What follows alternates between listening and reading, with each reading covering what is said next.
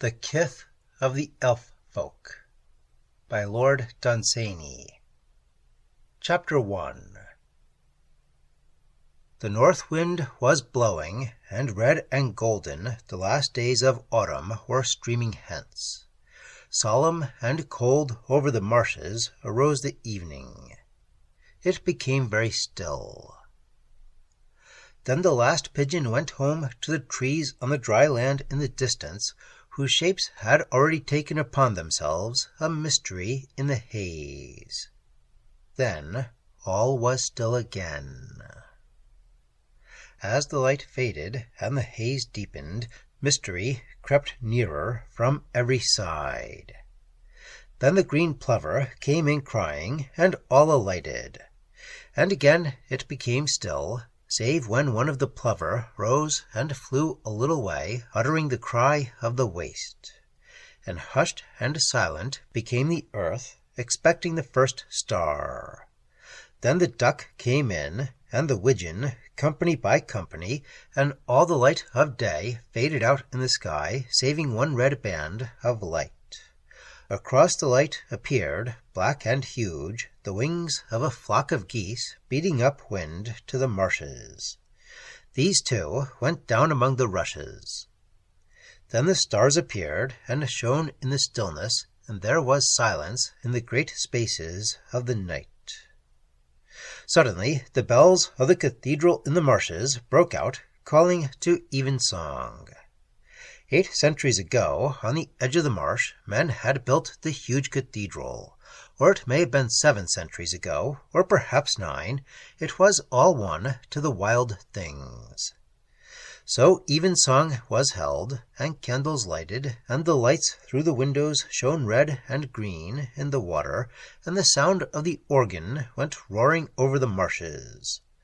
But from the deep and perilous places, edged with bright mosses, the wild things came leaping up to dance on the reflection of the stars, and over their heads, as they danced, the marsh lights rose and fell.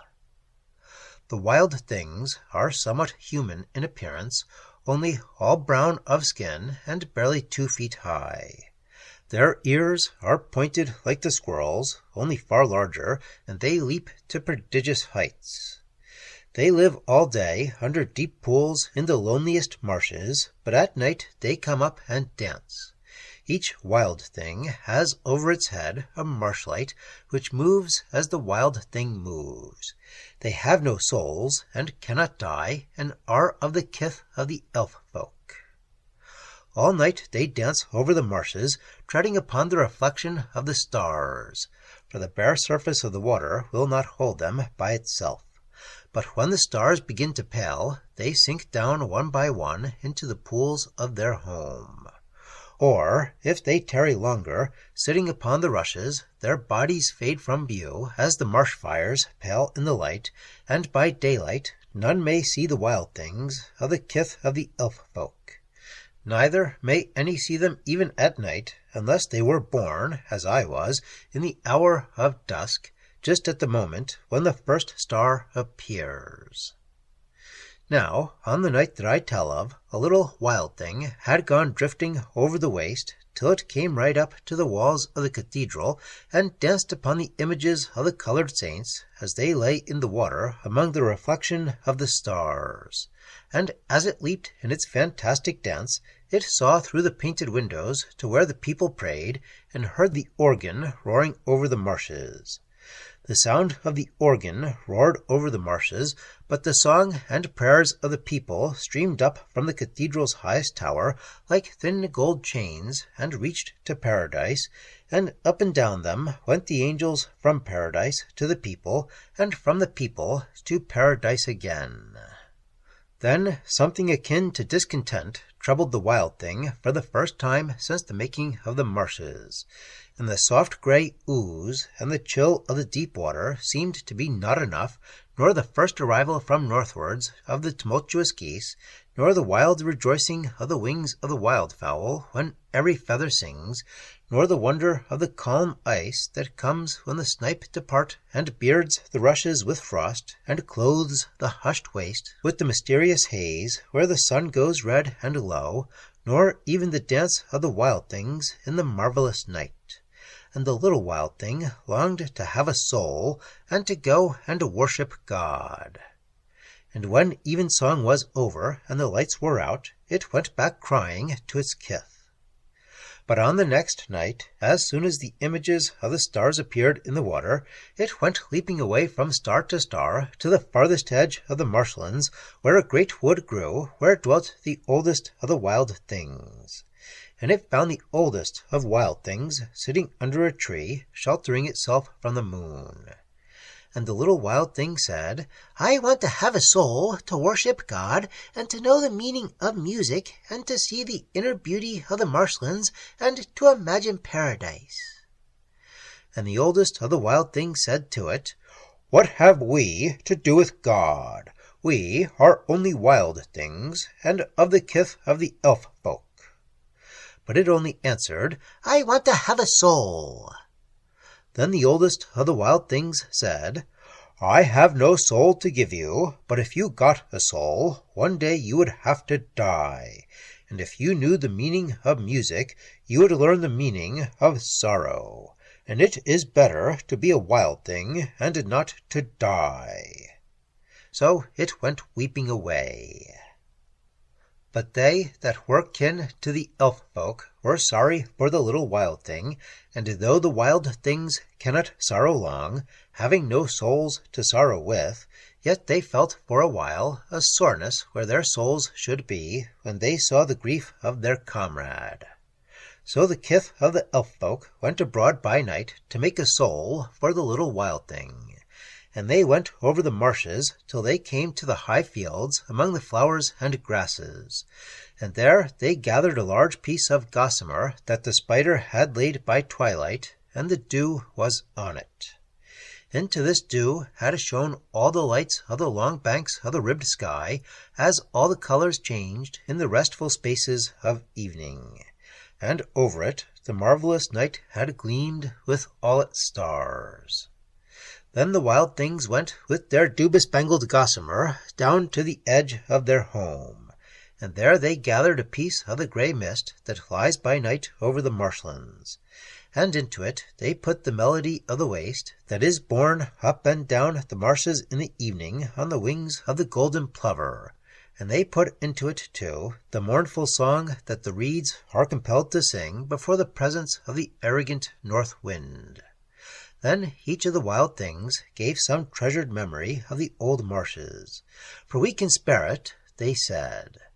And to all this they added a few images of the stars that they gathered out of the water. Still, the soul that the kith of the elf folk were making had no life. Then they put into it the low voices of two lovers that went walking in the night, wandering late alone. And after that they waited for the dawn. And the queenly dawn appeared, and the marsh lights of the wild things paled in the glare, and their bodies faded from view. And still they waited by the marsh's edge. And to them waiting came over field and marsh, from the ground and out of the sky, the myriad song of the birds.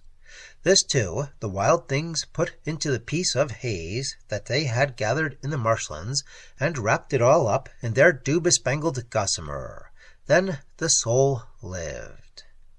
And there it lay in the hands of the wild things, no larger than a hedgehog. And wonderful lights were in it, green and blue, and they changed ceaselessly, going round and round, and in the grey midst of it was a purple flare. And the next night they came to the little wild thing, and showed her the gleaming soul. And they said to her, "If you must have a soul, and go and worship God, and become a mortal, and die, place this to your left breast, a little above your heart, and it will enter, and you will become a human. But if you take it, you can never be rid of it, to become immortal again, unless you pluck it out and give it to another. and we will not take it, and most of the humans have a soul already. And if you cannot find a human without a soul, you will one day die, and your soul cannot go to paradise, because it was only made in the marshes." Far away, the little wild thing saw the cathedral windows alight for evensong, and the song of the people mounting up to paradise, and all the angels going up and down.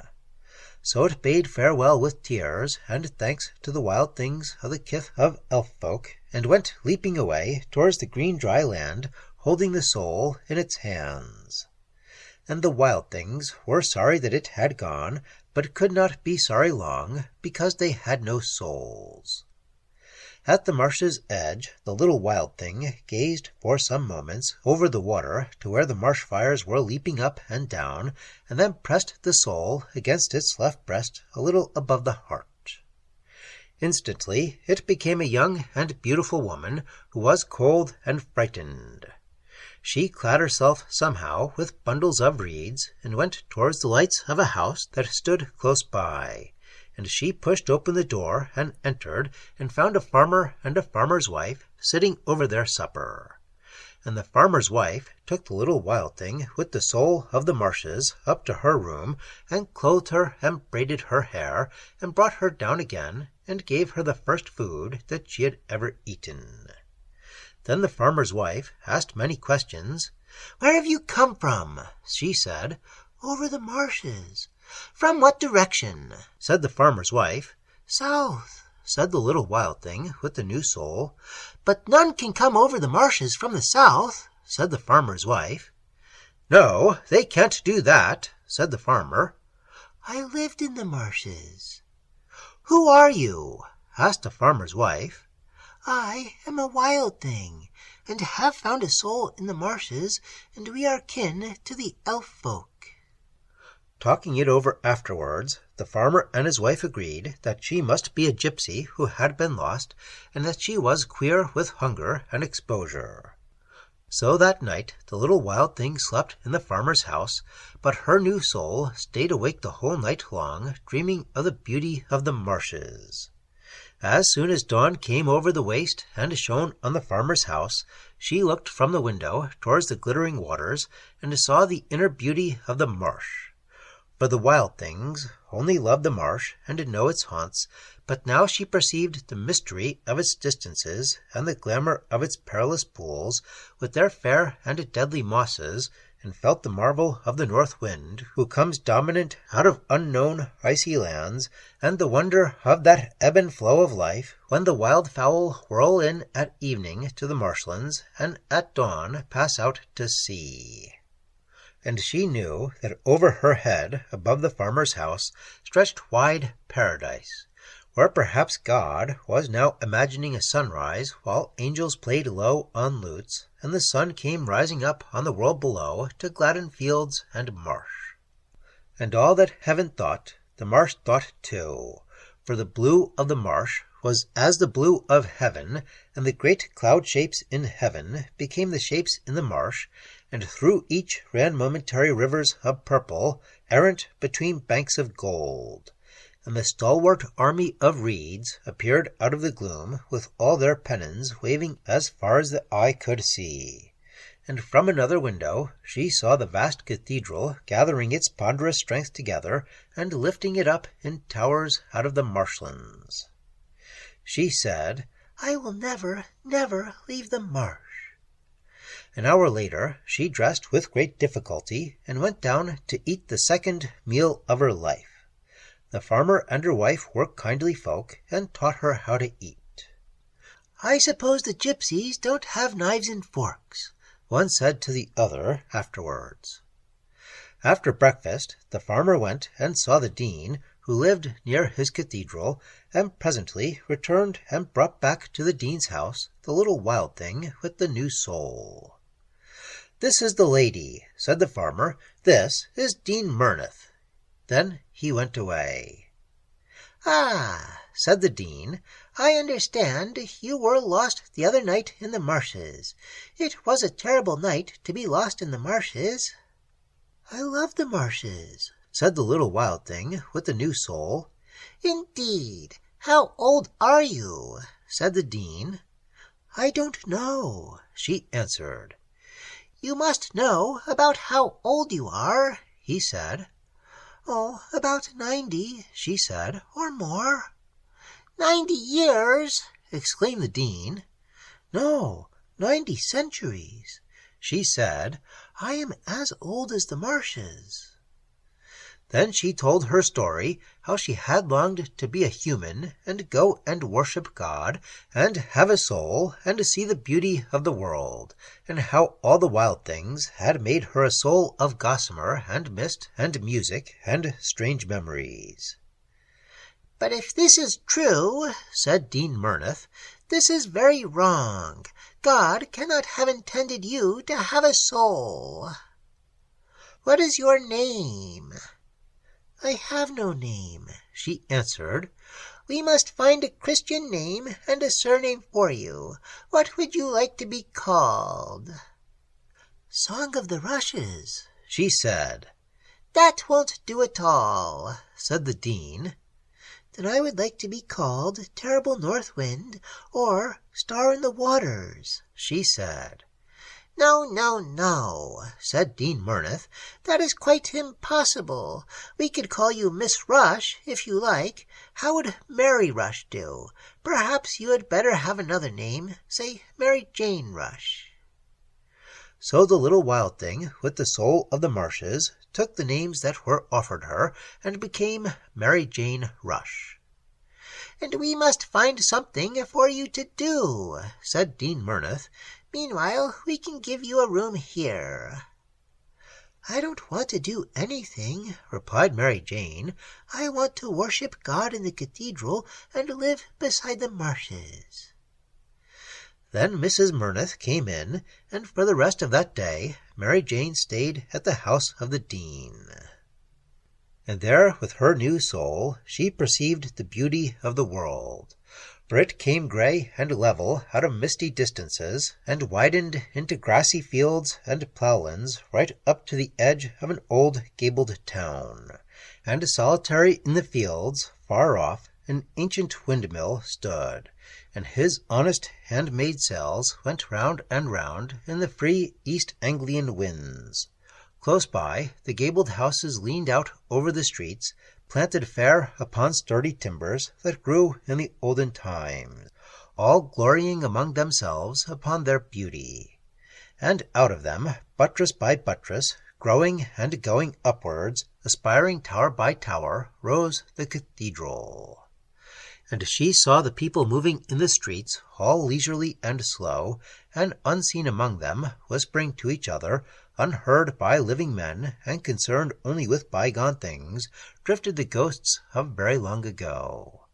And wherever the streets ran eastwards, wherever were gaps in the houses, always there broke into view the sight of the great marshes. Like to some bar of music, weird and strange, that haunts a melody, arising again and again, played on the violin by one musician only, who plays no other bar, and he is swart and lank about the hair, and bearded about the lips, and his moustache droops long and low, and no one knows the land from which he comes. All these were good things for a new soul to see. Then the sun set over green fields and ploughland, and the night came up. One by one the merry lights of cheery lamp-lit windows took their stations in the solemn night. Then the bells rang far up in a cathedral tower, and their melody fell on the roofs of the old houses, and poured over their eaves until the streets were full, and then fluttered away over green fields and plough, till it came to the sturdy mill, and brought the miller trudging to evensong. And far away eastwards and seawards the sound rang out over the remoter marshes, and it was all as yesterday to the old ghosts in the streets. Then the dean's wife took Mary Jane to evening service, and she saw 300 candles filling all the aisle with light.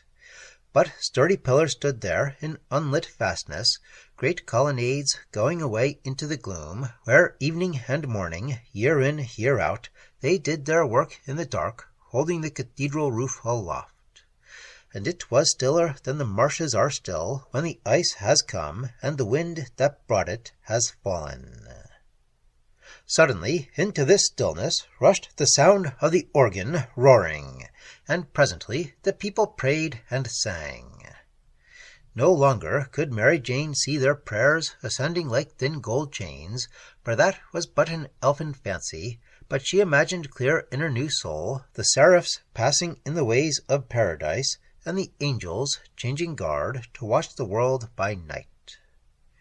When the dean had finished service, a young curate, Mr. Millings, went up into the pulpit. He spoke of Abana and Pharpar, rivers of Damascus, and Mary Jane was glad that there were rivers having such names, and heard with wonder of Nineveh, that great city, and many things strange and new. And the light of the candles shone on the curate's fair hair, and his voice went ringing down the aisle, and Mary Jane rejoiced that he was there. But when his voice stopped, she felt a sudden loneliness, such as she had not felt since the making of the marshes. For the wild things never are lonely and never unhappy, but dance all night on the reflection of the stars, and, having no souls, desire nothing more. After the collection was made, before anyone moved to go, Mary Jane walked up the aisle to Mr. Millings. "I love you," she said. Chapter 2. Nobody sympathized with Mary Jane. So unfortunate for Mr. Millings, everyone said, such a promising young man. Mary Jane was sent away to a great manufacturing city of the Midlands, where work had been found for her in a cloth factory, and there was nothing in that town that was good for a soul to see, for it did not know that beauty was to be desired. So it made many things by machinery, and became hurried in all its ways, and boasted its superiority over other cities, and became richer and richer, and there was none to pity it. In this city Mary Jane had had lodgings found for her near the factory. At 6 o'clock on those November mornings, about the time that far away from the city the wild fowl rose up out of the calm marshes and passed to the troubled spaces of the sea, at 6 o'clock the factory uttered a prolonged howl and gathered the workers together, and there they worked, saving 2 hours for food, the whole of the day-lit hours, and into the dark till the bells tolled 6 again. There Mary Jane worked with other girls in a long dreary room, where giants sat pounding wool into a long thread-like strip with iron-rasping hands. And all day long they roared as they sat at their soulless work. But the work of Mary Jane was not with these, only their roar was ever in her ears as their clattering iron limbs went to and fro. Her work was to tend a creature smaller but infinitely more cunning. It took the strip of wool that the giants had threshed, and whirled it round and round until it had twisted it into hard thin thread. Then it would make a clutch with fingers of steel at the thread that it had gathered, and waddle away about 5 yards, and come back with more. It had mastered all the subtlety of skilled workers, and had gradually displaced them. One thing only it could not do: it was unable to pick up the ends if a piece of the thread broke, in order to tie them together again. For this a human soul was required, and it was Mary Jane's business to pick up broken ends, and the moment she placed them together, the busy soulless creature tied them for itself. All here was ugly. Even the green wool, as it whirled round and round, was neither the green of the grass, nor yet the green of the rushes, but a sorry, muddy green that befitted a sullen city under a murky sky. When she looked out over the roofs of the town, there, too, was ugliness, and well the houses knew it, for with hideous stucco they aped in grotesque mimicry the pillars and temples of old Greece, pretending to one another to be that which they were not. And emerging from these houses, and going in, and seeing the pretence of paint and stucco year after year, until it all peeled away, the souls of the poor owners of those houses sought to be other souls until they grew weary of it. At evening Mary Jane went back to her lodgings. Only then, after the dark had fallen, could the soul of Mary Jane perceive any beauty in that city when the lamps were lit, and here and there a star shone through the smoke. Then she would have gone abroad and beheld the night, but this the old woman to whom she was confided would not let her do. And the days multiplied themselves by 7, and became weeks, and the weeks passed by, and all days were the same. And all the while the soul of Mary Jane was crying for beautiful things, and found not one, saving on Sundays, when she went to church, and left it to find the city greyer than before. One day she decided that it was better to be a wild thing in the lovely marshes than to have a soul that cried for beautiful things and found not one. From that day she determined to be rid of her soul, so she told her story to one of the factory girls, and said to her, "The other girls are poorly clad, and they do soulless work. Surely some of them have no souls, and would take mine." But the factory girl said to her, "All the poor have souls. It is all they have." Then Mary Jane watched the rich whenever she saw them, and vainly sought for someone without a soul. One day, at the hour when the machines rested, and the human beings that tended them rested too, the wind being at that time from the direction of the marshlands, the soul of Mary Jane lamented bitterly.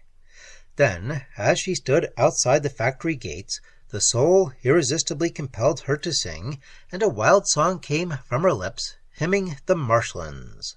And into her song came crying her yearning for home, and for the sound of the shout of the north wind, masterful and proud, with his lovely lady, the snow. And she sang of tales that the rushes murmured to one another, tales that the teal knew, and the watchful heron. And over the crowded streets her song went crying away, the song of waste places and of wild free lands, full of wonder and magic, for she had in her elf-made soul the song of the birds and the roar of the organ in the marshes. At this moment Signor Thomsoni, the well-known English tenor, happened to go by with a friend. They stopped and listened. Everyone stopped and listened. "There has been nothing like this in Europe in my time," said Signor Thomsoni. So a change came into the life of Mary Jane. People were written to, and finally it was arranged that she should take a leading part in the Covent Garden Opera in a few weeks. So she went to London to learn. London and singing lessons were better than the city of the Midlands and those terrible machines. Yet still Mary Jane was not free to go and live as she liked by the edge of the marshlands, and she was still determined to be rid of her soul, but could find no one that had not a soul of their own. One day she was told that the English people would not listen to her as Miss Rush, and was asked what more suitable name she would like to be called by. "I would like to be called Terrible North Wind," said Mary Jane, "or Song of the Rushes." When she was told that this was impossible, and Signorina Maria Rusiano was suggested, she acquiesced at once, as she had acquiesced when they took her away from her curate. She knew nothing of the ways of humans. At last the day of the opera came round, and it was a cold day of the winter, and Signorina Rusiano appeared on the stage before a crowded house, and Signorina Rusiano sang. And into the song went all the longing of her soul, the soul that could not go to paradise, but could only worship God and know the meaning of music, and the longing pervaded that Italian song as the infinite mystery of the hills is borne along the sound of distant sheep bells. Then in the souls that were in that crowded house arose little memories of a great while since, that were quite dead, and lived a while again during that marvelous song. And a strange chill went into the blood of all that listened, as though they stood on the border of bleak marshes, and the north wind blew. And some it moved to sorrow, and some to regret, and some to an unearthly joy. Then suddenly the song went wailing away, like the winds of the winter from the marshlands when spring appears from the south. So it ended. And a great silence fell fog-like over all that house, breaking in upon the end of a chatty conversation that Cecilia, Countess of Birmingham, was enjoying with a friend. In the dead hush, Signorina Rusiano rushed from the stage. She appeared again, running among the audience, and dashed up to Lady Birmingham. "Take my soul," she said. "It is a beautiful soul. It can worship God, and knows the meaning of music, and can imagine paradise. And if you go to the marshlands with it, you will see beautiful things. There is an old town there, built of lovely timbers, with ghosts in its streets." Lady Birmingham stared. Everyone was standing up.